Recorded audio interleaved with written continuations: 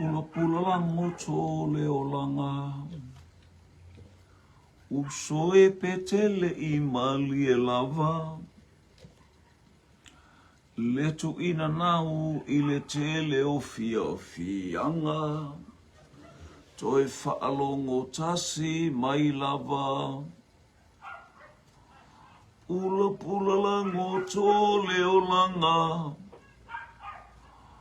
Usoe petele I mali e lava. Le tu ina nau I le tele o fianga. Toi whaalongo tasi mai lava. Ma aia tuia I le wati. Toi titi lavata le taimi. Oine e tuai misilo wavanoa. O aso nei ua pei o na ponoa.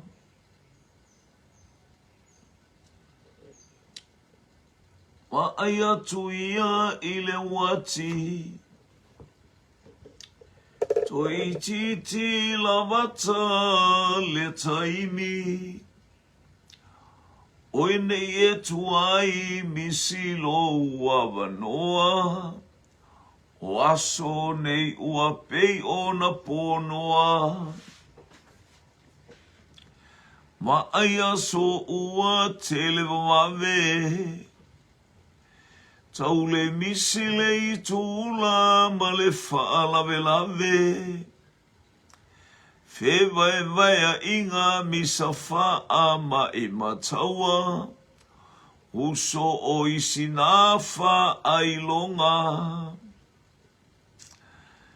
Ma aia so ua tele vave. Tau le misile I tula ma le whaalave lave. Fewae inga misa faa ma I mataua. Uso o isinafa ai longa. After ni vaengo le uli. Mau e lo lofu malo wanga le lei. Oila va yate oile vi inga. Pesi o mato wanganga fa manulo suafa pa ia ele unoa I te imio. Fa after mo le nei vaengo le uli o mau e lo lofu malo wanga leanga le atu penga ta fa elang ile fa na wala ua fio. Me o mato iai ia o se vai inga ma se vai tau ma fatanga ma I se upu la ua fio pa ia. Ia e feifo ima fianga e mato loto e talo no ai le winga. Hallelujah o fe au ese ala ua fio moli mai mo le soifua ma lo mato. Wola tatou ma la ua fio no Yesu. Amen. Fatalo falnei vaenga o le tae au le suafa manu malo loto lau tele ma maualunga o lo tatou wale I o Yesu ke riso. Ia fatalo fale ainga o mwhai o na pale mai na tasa moe tu. Hallelujah. Vi ia le I praise God. Ia. Fatalo atolo usungana va venginga. Talo voi au ona le tua. Tap sos tfano ai lupo. Ia malo le soifua. Hallelujah. Manu ia fo ili fatasi mail ni vaenga o le au auli. Hallelujah. Juna alamaya. Hallelujah. Praise God. Vaftaimul fatalo fa juna. Ana tungia ta lofa teini o le moli o le ava te lau e pisi tele I le telefoni o le wainu umale kukainga o mea ia lau au waa. A lofa tele atu mo o e le tua whawhine. Susana Fetalainga ta lofa so le walefa ta lofa mai po il pura mina kali. Pura mina kali. Teine ta lofa atu o le teini o le kangaroo. Hallelujah mo le wallaby. Faltua ia Susana Fetalainga. Ana tongia ta lofa no fionga tanumoa. Ia vi ia lele ia ngalele le tua waftai mo pol kalame anga mai le ataimi ma le ataimi vi ia lele ma lol fa mai no le ole tua fine vi ia lele pene bi vai ta lofa ma le chicken soup le what follow mai ia turkey soup ia ai mainu e mamao le ala. Hallelujah. Ia ua tato ia ile amtalia o ile amtalia tato pokalame wina atu sina tau ile nei tu o Samoa e pe ona mato iai. Hallelujah, el vai ngā tua inei vai tele vai anga el maunga vai manuia mea uma lanu lau aba lau siusi whaafsanga e male tafe atu aloi mata o aba ula anga e atu ile muli vai. Hallelujah, oi ai tama malisi mi ia leli o manuia mea uma ile anga lelei o le atu le whaasolo mai ai mato uisi sifo mai. Hallelujah, le maunga vai ile palisi le laulata o palisi. Hallelujah, ia bi ia le atua lo ia le manuia o le atua se ia o mai ai matou inei faleata numero 3. Bi ia le li ia lo ia ile anga le o le atua palasina tama iuanga ile taiao ia le ua faasolo mai le manuia o le atua va ia foi ia walata foi timi tu wa ia onga le ngata foi le ia ile anga le o le atua ia te lanto o fe ngai matiu te mafaiva mangaluenga a e mapuane ilau. Hallelujah, vai enga vai tau maftanga ia le li o se fa malstino fa le nganga le mo oe. Hallelujah, dina alamaya talofa ia le li Cirilla MJ. Hallelujah, talofa le angelu tau vi ia le li male ainga le fatotua ngai mai. Tato sili mua tali le sa o polisi se. Hallelujah. O upole angelu ia sa masoni.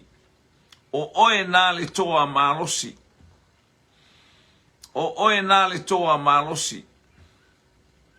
Sa o PCC. Tu waile angelu mavala awatu ya sa masoni. O oe na le toa malosi. Ai mainu e mamao le ala. O tato ulua ifisili le nao le neita yao. Hallelujah. Praise God. O ti munga a o talofa ia vi ele li sa o tape na fo ia nafi sa val au mai fu su tato ainga tau America Samoa ia lo ia ile palasi uanga ti munga o fa manu yanga mai preta tali se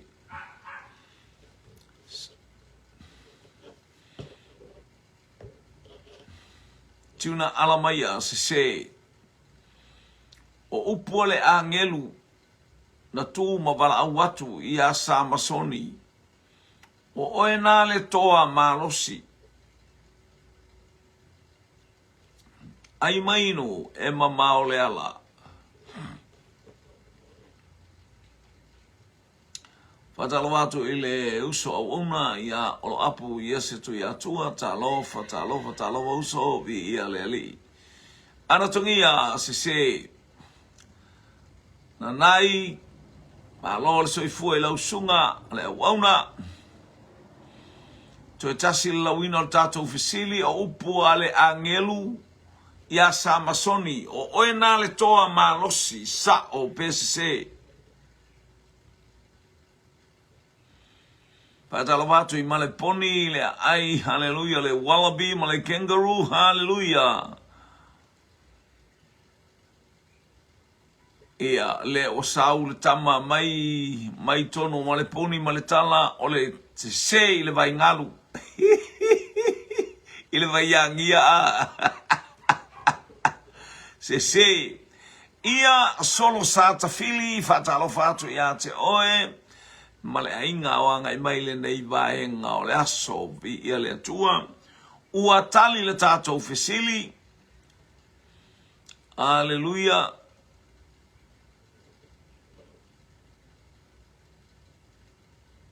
Ia whaftai mo le whaatalofa au lelei mai i to tonu o le Bronco i Brisbane le whaletua i a Susana Fetalainga ese le whalekua le au lelei maka pepe. Hallelujah.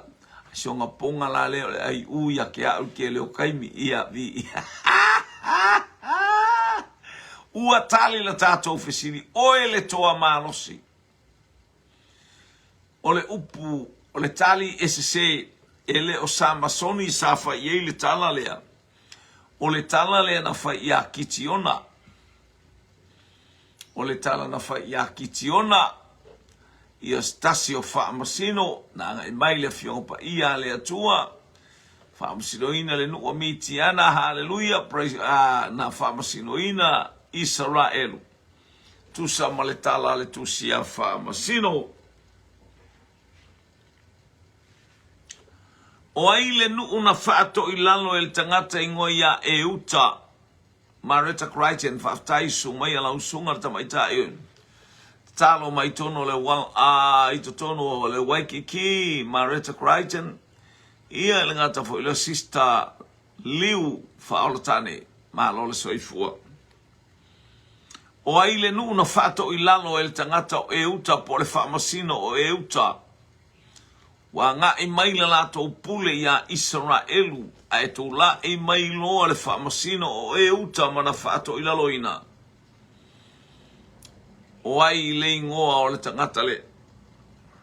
O ai le ingoa le nuu lea.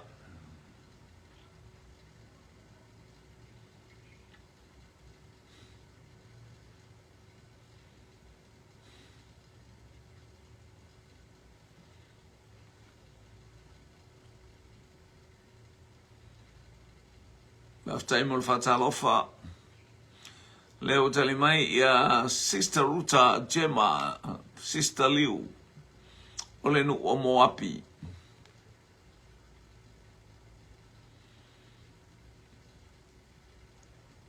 tali mai juna alamaya o le nu o Kanana Hallelujah. Fele nu na fato ilalo e uta ina o fai o ia ma whaamasino. Anga e mai le teine o le molio le ava o Moapi.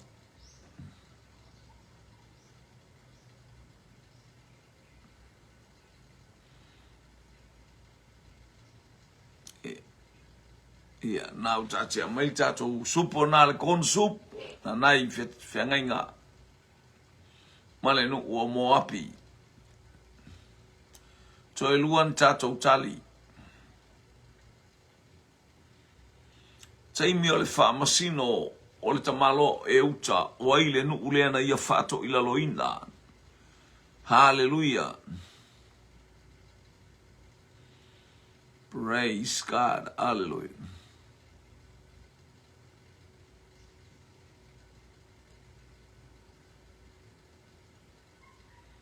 Apolongia fi palangi to fi lau mo lo talofa ia lele manu ia le anga mai watali tato fisili tali o le tato fisili o le nu o Moapi tu la i mai Moapi lo na malosi fa polonga Israelu le taimi o whaamasino ona tu la i mai loa leo le tangata malosi lea po le tangata lea o Euta mai maunga o Efraima sa wai tangata o Euta mana fasi o tia whaatala noa le tamalo ma fasi o ti ia lele ia lea ua tali mai le angelu tau ia o tamai sa anapu ma wharefa sa anapu ma le wharefa ma le vaingaru ia o leisia tātou fesili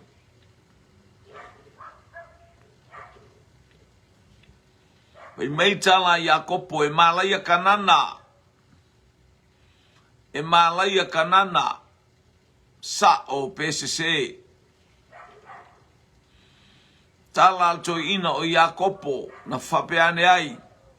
E malaya kanana. Sa o PCC.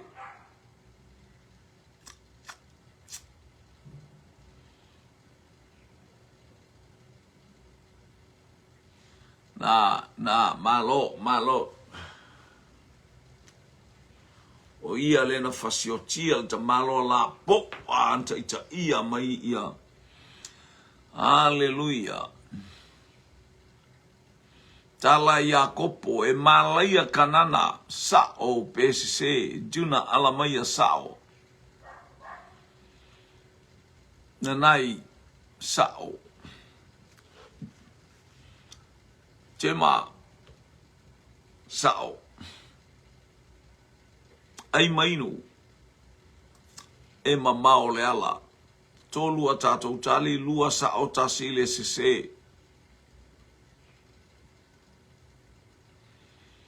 Malaia kanana o talaia Iakopo. O mai Iakopo e malaia kanana sa o PSC. Tali mai ana tongia se isingi masale aula. Ai ama nono. Ele se bangongo se sale aula.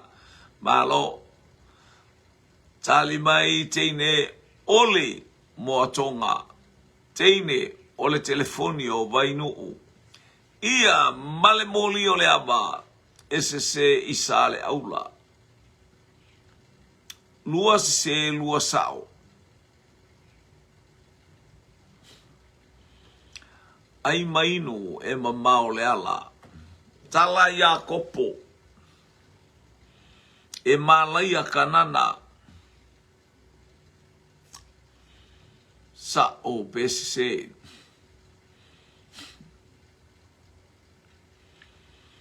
Au mai sawo i le maftanga.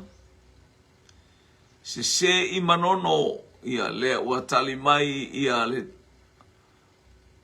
ia brother Gray o le tama satpa itea ma le tali se i manono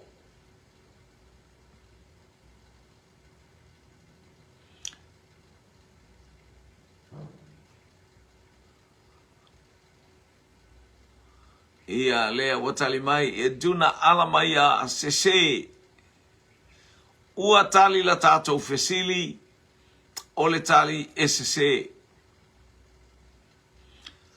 A oai lai ana upuia. Tali mai tuna ala mai a se. A oai lai ana upu nei. E malai a kanana. Oai ana ia upu. E malai a kanana. Leo tātou fai mai e se leo Iakopo. A oai lai ona upuia. Ai mainu. E mamao le ala.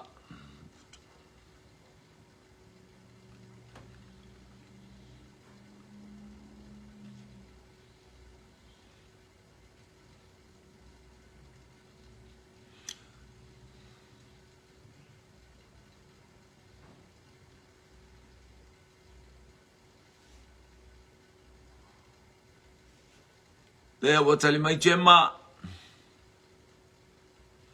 o noa. Tuna ala maia o noa mai savai.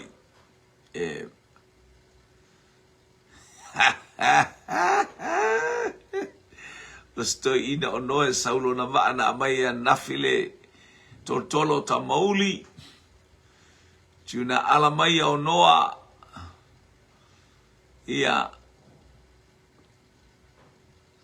Lea ua tali mai le angelu tau noa mai manono. Ana tongia upua noa. Toe tali mai ana. Ole tamaloa satpa itea o noa. Asiaka a. Asiaka la vai kima la vai malai. Marita Crichton Noa ia o upua Noa vi ia leli ia ua tali la tātou fesili whaaftai le ainga le whaatotua whai mea onga whaaftai fo i tali fesili le rei tai au ile tali le astama le o sauma i whale whaafai mai o Noa mai sale aula po Noa mai whale whaapo whalatai whaaftai ia male afato sup nale o sawai haleluya ua tali le tātou vesili o Noa mai fale fa basale aula i ia le atua ai mainu e mamao le ala ina ua le o langa le whanau a tambala ititi lea o hamo ia wa le tango e whapulou le moe si o na tama la e moe le aise ia le toi ina la e whaiang konga fiki io e mea le leanga iso nga ingu mea le leanga iso nga ingu io lele ua moe a fale kongu le ia le makangi le la ngonga saulo le tamaititi la ititi fai mana mea ata ia e tau mai whamai loa te ia wa te ia nei lunga le to ino mai e malaia kanana e tupu mai a hamo ia vi ia le li ole lanu uli praise God. O ai le ekalesia lona ono i ekalesia e fitu na ame i le tusi. Na ame le tusi i ekalesia e fitu i asia. A o le fesili mai tātou fesili. O ai le ekalesia lea. O ai le ekalesia lona ono. Whaaftai sango supo oh my favorite. O lo favor lea.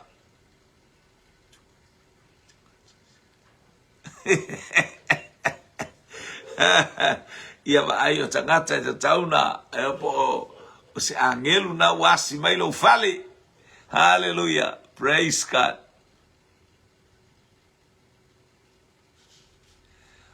Sole ale se kiele o makua supo o la supo na o sango supo. Hallelujah. Praise God.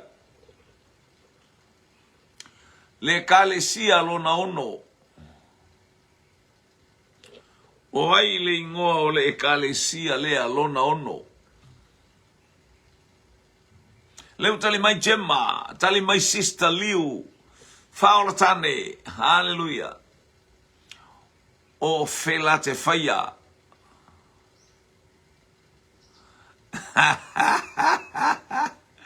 Moe vavales to ino noa a ia sa olelei. Moe vavale ele ilo e noa la olele ele ia a la waka amai i fafon falele ia a. So e vale vili talofa lava manuia leanga i mai. Man, manuia fo ile mafuta mai famnuia le atua ile ainga ono Yesu. Hallelujah, le ekalesia na ave iai ole o fitu ekalesia na ave iai le tusi. Hallelujah, ele au na le atua o Ioane na tusi mai le motu o patamo. O le mo bia o aile ekalesia lona ono. Le walua tatou tali anatongia filate faia. Tolu tatou tali Mareta Crichton filate faia. Au mai sawo ile mafutanga.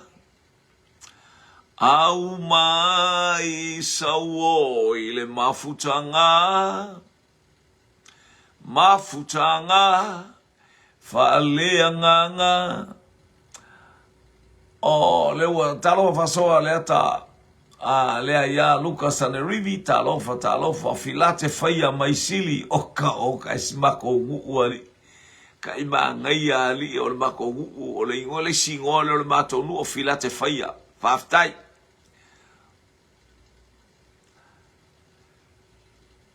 lea ua saujema faalinga le mata upe tolu a olona fai upe fitu faalinga le mata upe tolu ale fai upe fitu tusi le kalesia i filate faia watali le tatou tamala a o iai fa manuyanga i o iai fa manuyanga fa mai o to sau hallelujah o iai le ki o le fale o tavita aki atatala ele mfainto e tapuni e sesi atapuni ele mfainto e tatala e sesi fa mai wo ulo wo yese malosi ate o wo yese na malosi ua e usita ila o upu e kalesia i filate faia e kalesia fatu atua a olo o won pea au ia mata ala ma ia nofo pea hallelujah male fia male oli tapena pena masau ni watali tato visili ole ekalesia i filate faia o fele nu ufapitoa na nofo ai fea le nu una no foi tamaloa o le tamaloa o Saulo. Fea le nu una no foi tamaloa o Saulo le tupu. Saulo le tupu o fea lona nu i le tuspaia. Kele kolia o waina sa fa swalu wa talo fatu. Fatalo fatu fo i tanu wasa family a o anga i mai bi ia leli. Praise God. Ia tu santali al faifi au ma tali a tema ta upe tolu fai upe fitu. Hallelujah. Praise God. O fea le nu upole a fio anga no foi le tupu la vale le o Saulo. O fea lona nuu, tali mai jema o ki pea.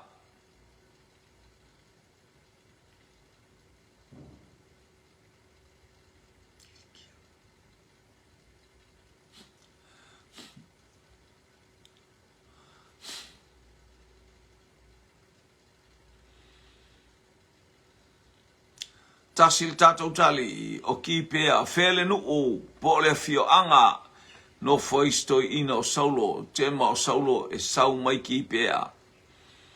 Ana tongia lua tatou tali.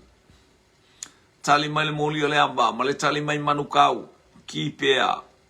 Tali mai pale ona, tafuna, mafanga aima. Hallelujah, poto e ola ni le ona sole. Anthony and family, tanuwasa family, ki pea. Maretta Crichton, Tene Maile Waikiki Beach, Hawaii. Hallelujah, ki pea, vi ia le atua. Tali mai tama mai maleponi, hallelujah. Tali mai le uso mai le wallaby, ia male kangaroo ki pea mai sale aula, ia ato foi. Le fai ariga le ka ua sale, wale lo fai po fe wangi mo ko sale aula le lo vai po alu po la ai sale aula ali. Hallelujah, ki pe ai sale aula. Ia lo umai ai le wallaby. Hallelujah. Ia poletine mai le bronco. O le bronco ki pea e tua oi masili i le vaitafe. Oi sole. Se la ma le pele ngu uali i le se. E fai a kuali e lo la ua kwa e sisia rinko ngu ua. Fa tai fal tua Susana. Mua Samuel muta upe sumar tas fai upe fa. Hallelujah. Mua Samuel muta upe sumtasi fai upe sumar fa.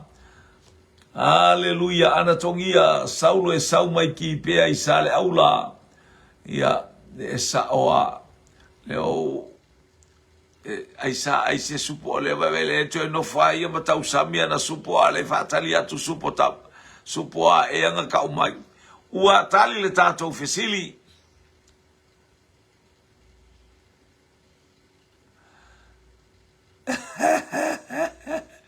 Ua tali le tatou fesili. O Saulo le tupu e sau mai ki pea. O Saulo le tupu mua o Israelu. E anga i mai le a ai o ki pea. I le tofi o Peniamina. Ia le atua. Ia.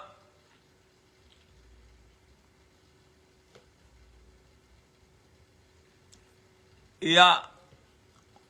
A o fea la le nu e sawai le isi Saulo. Saulo lea ma losi lima te le aupa ia le atua. Hallelujah. Ma losi le lima te le aupa ia le atua. Hallelujah. Lea na maua i Yesu i le ala. O fea se nu o stama lea.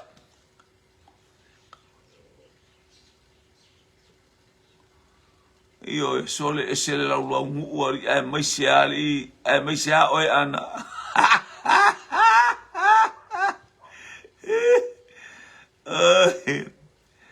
Praise God. O fea e sawai stama o Saulo lea. Saulo lea na ofu taimi a o launga se te whano. Ia male malosi o lona whasawai le ekalesia. fai aiula ma le sweet potatoes oka e sole le kinkiki sole le faletua ma nei o le mea tau samia siona li i lae fai pe atu ua mele ngā luenga leo tali mai jema mai taso i kirikia a luenga mata upu eiva fai upu sumaritasi Susana taso ana tongia taso ia tali mai le angelu tau o taso uta ea ele na mo uta ma na mo tai a ia le ua tali mai ia le angelu tau o taso uta haleluya ai taso uta le vai ngalu Marita Crichton haleluya o taso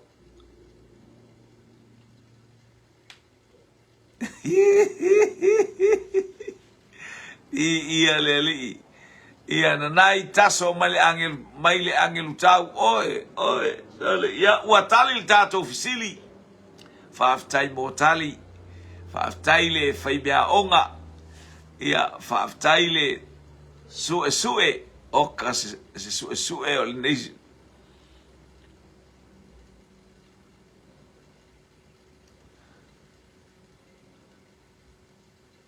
io fai ama fai me tausami ale fai fi au isau fai fi au fasi oe ata te leilo atu le haleluya u fasi oe onor tato wasenga le faingo se me ai al fai fi au taso uta a elefou mai o ia faftai teino molio le ava le la o ilo atu le me ai taso o taso uta ia elefou le me ala ia iskama o ona upu vi ia le alfaifi au ona upu faftai o tali tato fisili o taso le meta o kilikia ia le li o ina o le nuku le na o le tangata fai maila e tele la na moli mau na whana wa ui taso i kilikia na tausia ui totono i Yerusalema no ua onga i lea onga a kamilielu le poto i le tula fono e sele mana i o lana moli mau na whaasolo solo mai ei mea uma e ta uatu ai o ia o tangata e feo lolo ale pokorka malo na o ina ulea onga kamilielu le poto i le tula fono ni ia le li praise God ai mainu e mamao le ala hallelujah praise God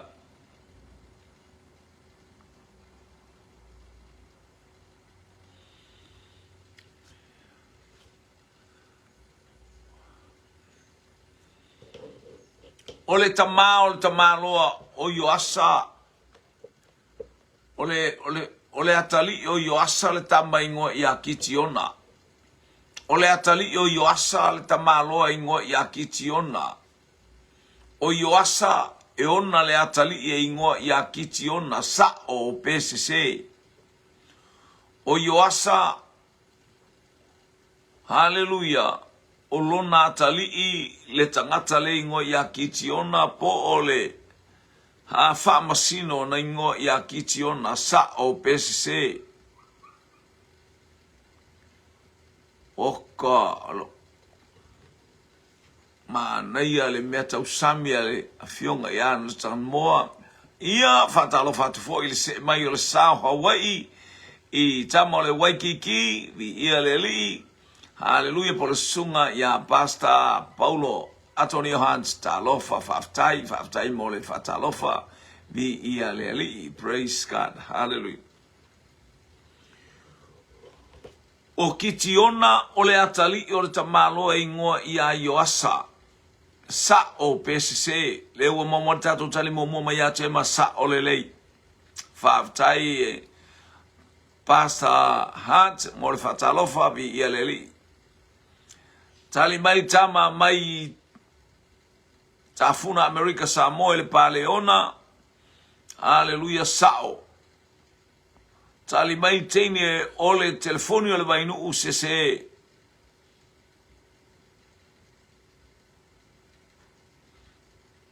tali mai ia le tene tali mai ia le uso au auna tama mai falefa tama i titi ole afu hallelujah ia po tama Haleluya, ole motonga mai falatai, fionga ananai, ova malesao.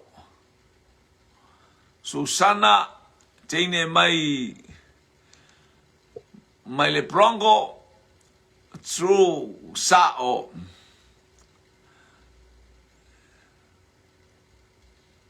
Talofa ainga, matale numia, talofa, ya te o fine male ainga via le alofa tala numia po ainga luenga tutu faiva ai alofa tele atu viva tai bole fa talofa Marita Crichton sao pi ia le ali ia ua tali la tato fisili sa olelei ole ngona tu ao tamale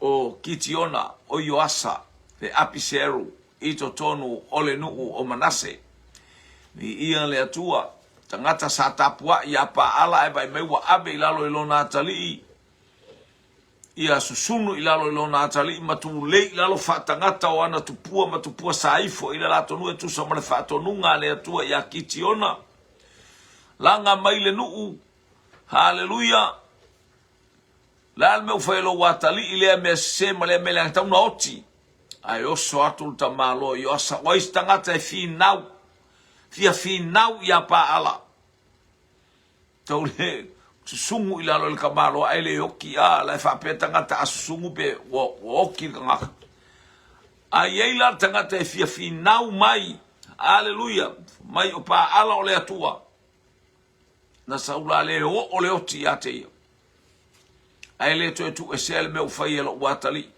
ole ola tanga I tonu ole no. Tangata na whaia nei ei, o oe nā le toa malosi. Praise God. O oe nā le toa malosi.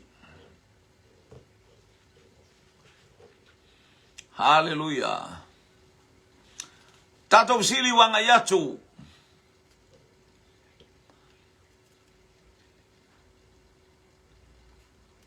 Yo e fa pena lava e fo ile singo o yo asa o yo tamale o kitiona ia le tele tangata tai lua tai tolo lato ingoa ia fa pena ona if natal tai talofa to ya te oile hallelujah le faletua ole o hallelujah manu ia ngalu ngol nei aso ia sau seitu aso foi feilo e foi tato por kala me ana nei mi ia le atua ia fa manu ia tu le atua nga luengo nei tu aso hallelujah talita to vesili hallelujah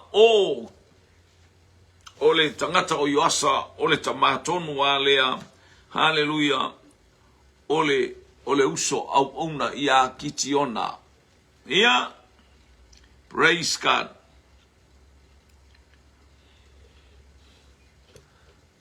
Na e faya hallelujah o ai ana ia upu na e faya ile pongi sa a ole atua na te faya ile malama ile tu ole le la o ai ana ia upu o ai fo ina fai iai na e faya ile pongi sa a Yehova le atua na te faya ile malama ole au o ai ana ia upu o ai fo ina fai iai.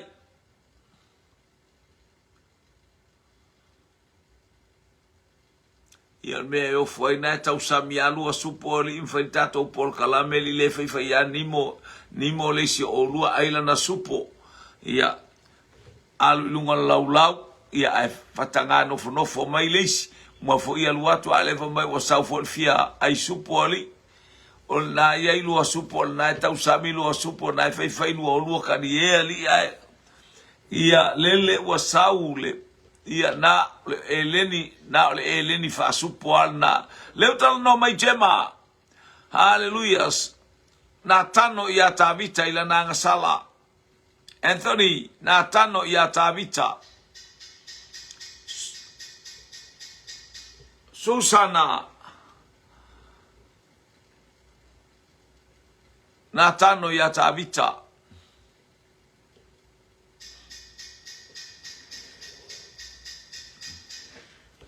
O ele o ka mai o ele ka mai e paul farsa. Ana tongia upona tano ya tabita mele ango lenka kale aingo wale uma minka nga o ule fale. Praise. Upona tano ya tabita ana tongia blessing John talaso. Hallelujah. Talofa lava vi yeleli. Praise God.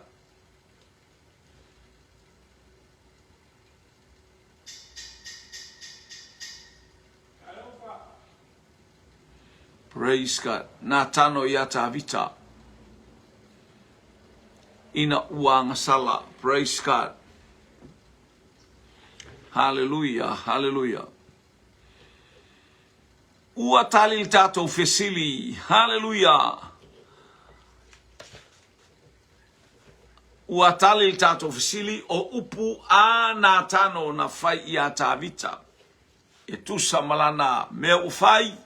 Fai mai na tano ia tavita na e faia ile pongisa. A ole atua na te faia ile malama. Ia len faia ele fatino a. Taimien sawai Absaloma abe matolio le tal noanga il me otupu ya pat sepa. Fai ile pongisa a al finangalo le tuana te faia. Hallelujah, praise God. Sa ime mo se luam. Praise God. Hallelujah. Ia ole tasta watali tato vesili o upua na tano ia tavita. Hallelujah, praise God. A o upula ia ai. Le alme watotoe o maya ia te au. Le na to wanga le anga ia te au matuli ese a umaile a inga o lo utama. A le alme watotoe o maya ia te au. O upua ai. O upua ia. Le alme watotoe o maya ia te au. Ina o tofia maua se fe soani. Aina o tau tuli ese a umaile a inga o lo utama.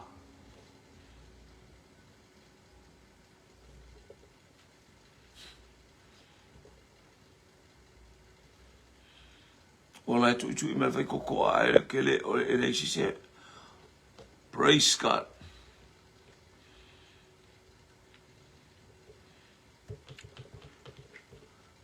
Ia le watali mai, hallelujah, praise God. O maya anatongia, o ye fata, blessing John talaso, Yosefa, ai maino e mamao le ala, ye fatal toi ina, ole no praise God, maya jema,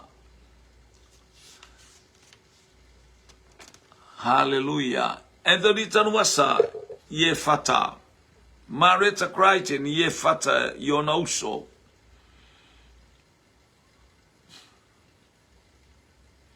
Hallelujah, hallelujah, hallelujah.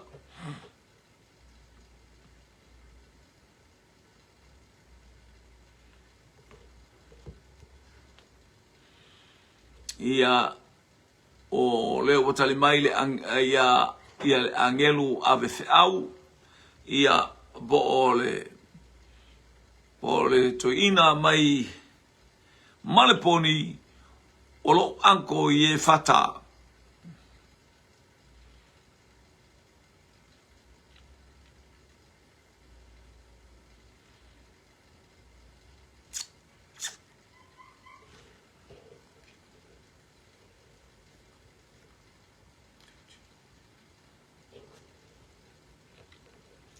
ia ua tali la tatou fesili o le toi ina o ye fata.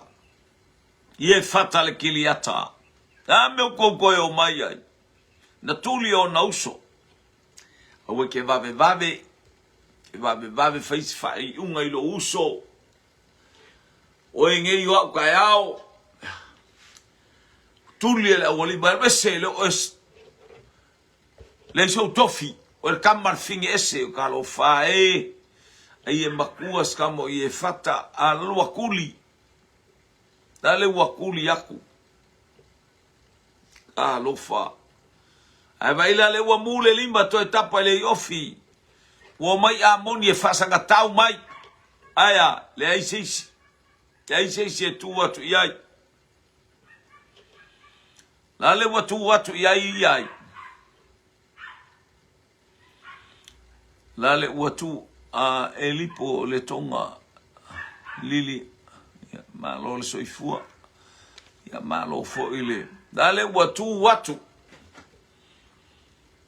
Dale watu ye fata ma ia o mai o lalme ko o mai ai e uia ko wanga le anga ya kia wala kue ai la ngalo te lo mai le tu o me tau no faia o ko ka nga le anga fai mes ko kala la se me fai ya kia o pe fai o ke ma lo le kaua e au mai le tu no ya tu ai a mi o ku ka kai mi mai ka o sua fo le li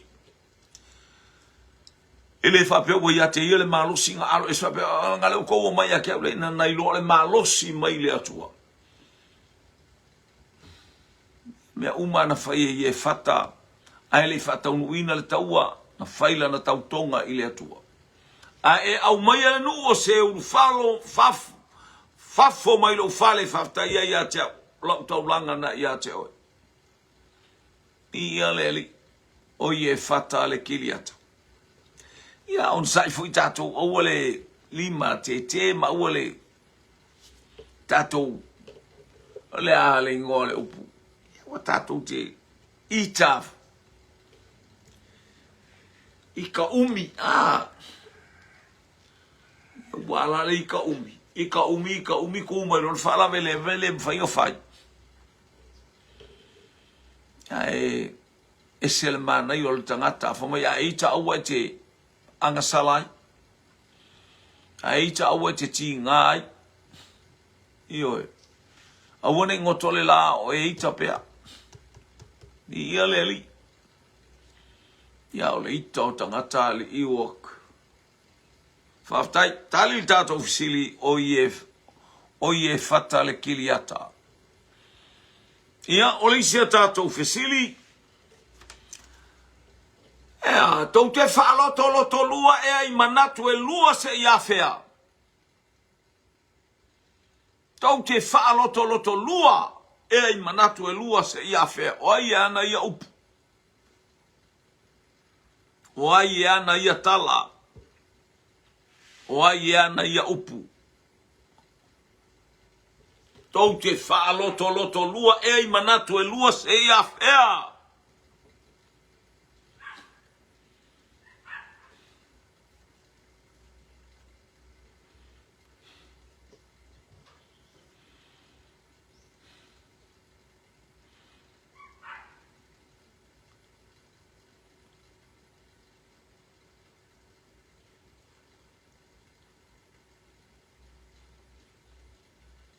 Io e faia o una pa o mal tangata o le fai toto te le lo po la me ko i maile wa ma mau ko mo o uma ka wala au me pela ka wala au me link kan kar fale ngar ka kale fa le porka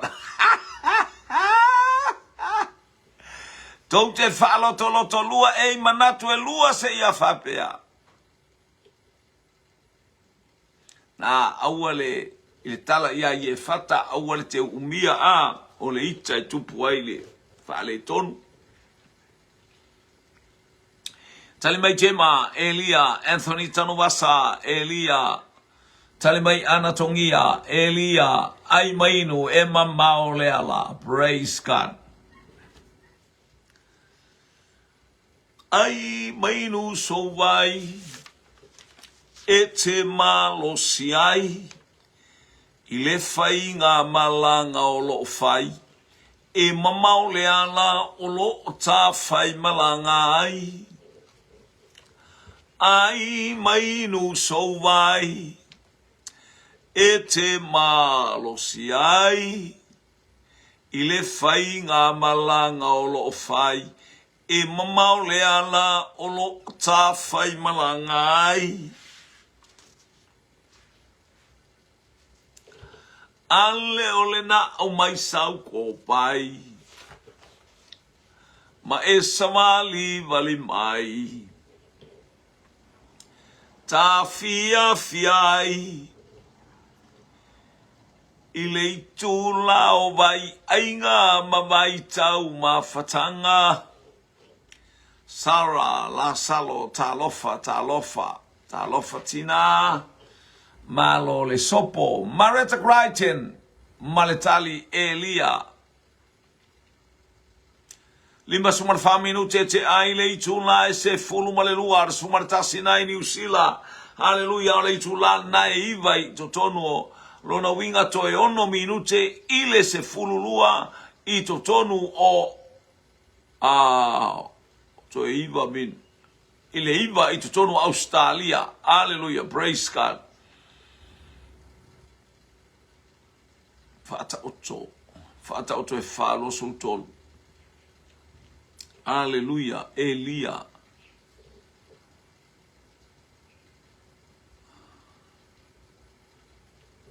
Praise God. Lale fata oto woso mai I ana.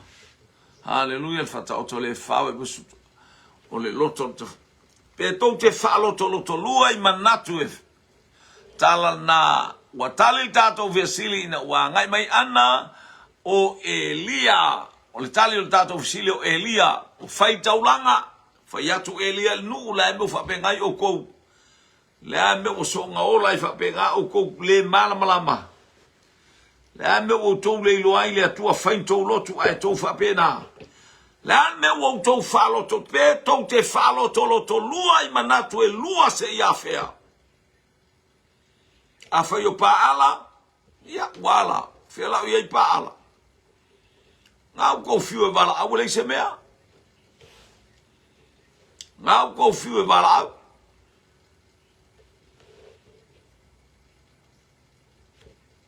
tama a wina mai le afi e susunu ai taulang tautia le mea na fai Elia. A wina mai le afi le langi. I lana mala au malona leo faa au auna. Faa maoni luma o le atua. A wina mai. E le atua le afi. Ia le ato e faa minute ia mato. Hallelujah. Praise God. Ile ato e Maya toe praise God. Ia ole ia sili ona leo ina o loto I leo ina o mea uma e tupu mai ai le amio ia le fata oto nai e fafa I upo e lua suma tolu ia le li o te lo tato to e fisili le la anga yato ia I le anga le leo le atua ia I le pa ia le atua ia I fa manu yanga le atua mo oe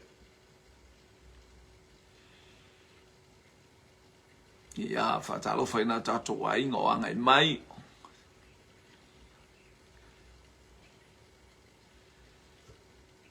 ia aya le fuisa nok mai for kanga kai ile la u nok mai la ia ale ai o le kwa ia tali ile sa o pole se le ai tali sa o alfsi o ai le ngo le tupu le na fa sao e saulo mai amaleka o ai le ngo le tupu amaleka le na fa sao e saulo fa mai le tua fa sioti uma me uma le upunana ave e Samuel awange ia se me al watu saulo fa sao mai le tupu o ai le ngo le tupu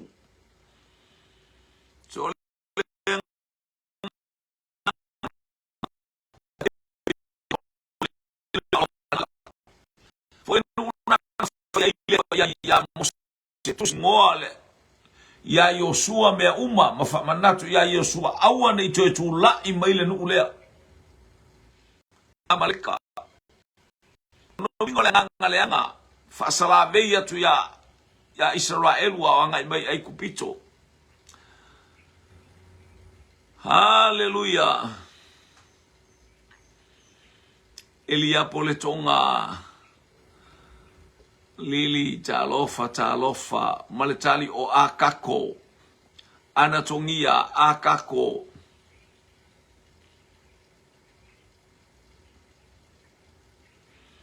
Marita Crichton akako. Hallelujah. Hallelujah. Talofa saura ofofa.